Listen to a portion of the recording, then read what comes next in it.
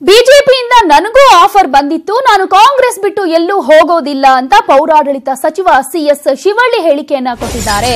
ವಿಪಕ್ಷಗಳ ಯಾವುದೇ ಆಫರ್ ಕೂಡ ಇಲ್ಲಿ ವರ್ಕೌಟ್ ಆಗೋದಿಲ್ಲ ಅನ್ನುವಂತ ಮೂಲಕ ಈ ರೀತಿಯಾದಂತಹ ಸಂದೇಶವನ್ನು ರವಾನಿಸ್ತಾ ಇದ್ದಾರೆ. ನನಗೂ ಕೂಡ ಬಿಜೆಪಿಯಿಂದ ಆಫರ್ ಬಂದಿತ್ತು, ಆದ್ರೆ ನಾನು ಕಾಂಗ್ರೆಸ್ ಅನ್ನ ಬಿಟ್ಟು ಎಲ್ಲೂ ಹೋಗೋದಿಲ್ಲ ಅಂತ ಪೌರಾಡಳಿತ ಸಚಿವ ಸಿಎಸ್ ಶಿವಳ್ಳಿ ಹೇಳಿಕೆಯನ್ನ ಕೊಟ್ಟಿದ್ದಾರೆ. ವಿಪಕ್ಷಗಳ ಯಾವುದೇ ಆಫರ್ ಇಲ್ಲಿ ವರ್ಕೌಟ್ ಆಗೋದಿಲ್ಲ, ಮೈತ್ರಿ ಸರ್ಕಾರ 5 ವರ್ಷ ಸುಭದ್ರವಾಗಿರುತ್ತೆ ಅಂತ ಪೌರಾಡಳಿತ ಸಚಿವ ಸಿಎಸ್ ಶಿವಳ್ಳಿ ಹೇಳಿಕೆಯನ್ನ ಕೊಟ್ಟಿದ್ದಾರೆ.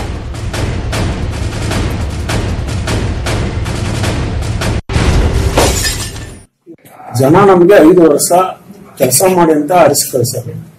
ನಾವು ಸುಮ್ಮನೆ ಈ ಪಕ್ಷದಿಂದ ಆಯ್ಕೆಯಾಗಿ ಸದಸ್ಯತ್ವಕ್ಕೆ ರಾಜೀನಾಮೆ ಕೊಟ್ಟು ಯಾವ ಉದ್ದೇಶದಿಂದ ನಾವು ಹೋಗ್ಬೇಕು?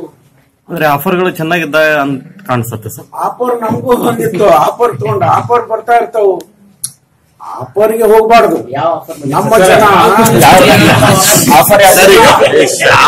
ಹೇಳಿದ್ವಲ್ಲ, ಮಾಧ್ಯಮದ ಮೂಲಕ ನಾವು ಹೇಳಿದ್ವಲ್ಲ, ಆ ಟೈಮ್ನಾಗ ಸುಮಾರು 3 ತಿಂಗಳಿಂದ ಮಂತ್ರಿ ಮಾಡ್ತೀವಿ, ಅದು ಇದು ನಮ್ಮ ಜನ ನಮ್ಗೆ 5 ವರ್ಷ. ಶಿವಳ್ಳಿ ಅವರು ಹೇಳ್ತಾ ಇದ್ದಾರೆ, ಈ ಹಿಂದೆ ನನಗೂ ಕೂಡ ಆಫರ್ ಬಂದಿತ್ತು ಬಿಜೆಪಿಯಿಂದ ಅಂತ. ಅಂದ್ರೆ ಮೇ ಬಿ ಇದು ಆಪರೇಷನ್ ಕಮಲದ ಪ್ರಯತ್ನಗಳು ಆಗ್ತಾ ಇರುವಂತಹ ಟೈಮ್ ನಲ್ಲಿ ಬಂದಿರಬಹುದು ಅಂತ ಕೂಡ ಹೇಳ್ಬಹುದು. ಯಾಕೆಂದ್ರೆ ಒಂದ್ ಕಡೆಯಲ್ಲಿ ಇನ್ನೂ ಸಚಿವ ಸ್ಥಾನ ಸಿಕ್ಕಿರಲಿಲ್ಲ. ಈಗಷ್ಟೇ ಸಚಿವ ಸಂಪುಟ ವಿಸ್ತರಣೆಯಾದಂತಹ ಸಂದರ್ಭದಲ್ಲಿ ಸಿಎಸ್ ಶಿವಳ್ಳಿಗೆ ಸಚಿವ ಸ್ಥಾನ ಸಿಕ್ಕಿರೋದು. ಆದ್ರೆ ಈ ಹಿಂದೆ ನನಗೂ ಕೂಡ ಬಿಜೆಪಿಯಿಂದ ಆಫರ್ ಬಂದಿತ್ತು, ಆದ್ರೆ ಯಾವುದೇ ಆಫರ್ ಇಲ್ಲಿ ವರ್ಕೌಟ್ ಆಗೋದಿಲ್ಲ, ಕಾಂಗ್ರೆಸ್ ಬಿಟ್ಟು ನಾನು ಎಲ್ಲೂ ಹೋಗೋದಿಲ್ಲ, ಅದರ ಜೊತೆಗೆ ಮೈತ್ರಿ ಸರ್ಕಾರ 5 ವರ್ಷ ಸುಭದ್ರವಾಗಿ ಇರುತ್ತೆ ಅಂತ ಹೇಳಿದ್ದಾರೆ.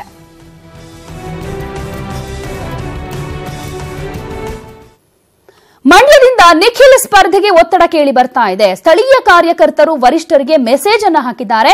ಗೌಡರು ಸ್ಪರ್ಧಿಸಿದ್ರೆ ಗೆಲ್ಲಿಸಬೇಕು ಅಂತ ಹೇಳಿದ್ಯಾಕೆ ಅನ್ನುವಂತ ಪ್ರಶ್ನೆ ಕೂಡ ಇಲ್ಲಿ ಉದ್ಭವವಾಗುತ್ತೆ. ಮಂಡ್ಯ ಕಾರ್ಯಕರ್ತರ ಒತ್ತಡ ಇರೋದಂತೂ ನಿಜ.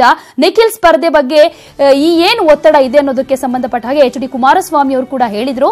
ಆದರೂ ಗೌಡರ ಸ್ಪರ್ಧೆಯ ಬಗ್ಗೆ ನಿಖಿಲ್ ಈ ಸಂದರ್ಭದಲ್ಲಿ ಯಾಕೆ ಮಾತನಾಡಿದ್ದಾರೆ ಅನ್ನೋದು ಇನ್ನೂ ಕೂಡ ಉತ್ತರ ಸಿಕ್ಕಿಲ್ಲ. ಅಂತಿಮವಾಗಿ ದೇವೇಗೌಡರ ಸ್ಪರ್ಧೆ ಹಾಗಾದ್ರೆ ಎಲ್ಲಿಂದ, ಬೆಂಗಳೂರು ಉತ್ತರಾನೋ ಅಥವಾ ಮಂಡ್ಯ ಭದ್ರಕೋಟೆಯೋ ಅನ್ನೋದು ಇನ್ನು ಕನ್ಫರ್ಮ್ ಆಗಿಲ್ಲ. ಮಂಡ್ಯ ಜನತೆ ಇವತ್ತೇನ್ ಸಂಪೂರ್ಣವಾಗಿ ಇವತ್ತು ಕುಮಾರಣ್ಣನ ಕೈ ಹಿಡಿದಿದ್ದೀರಾ. ನಾನಿಷ್ಟೇ ಹೇಳೋದು, ನನಗೆ ಸೀಟ್ ಸಿಗುತ್ತೋ ಬಿಡುತ್ತೋ, ಯಾಕೆಂದ್ರೆ ನಾನು ರಮೇಶ್ ಅಣ್ಣನ ಹತ್ರನೂ ಮಾತಾಡ್ತಾ ಇದ್ದೆ, ನಮ್ಮ ಜಿಲ್ಲಾಧ್ಯಕ್ಷರು.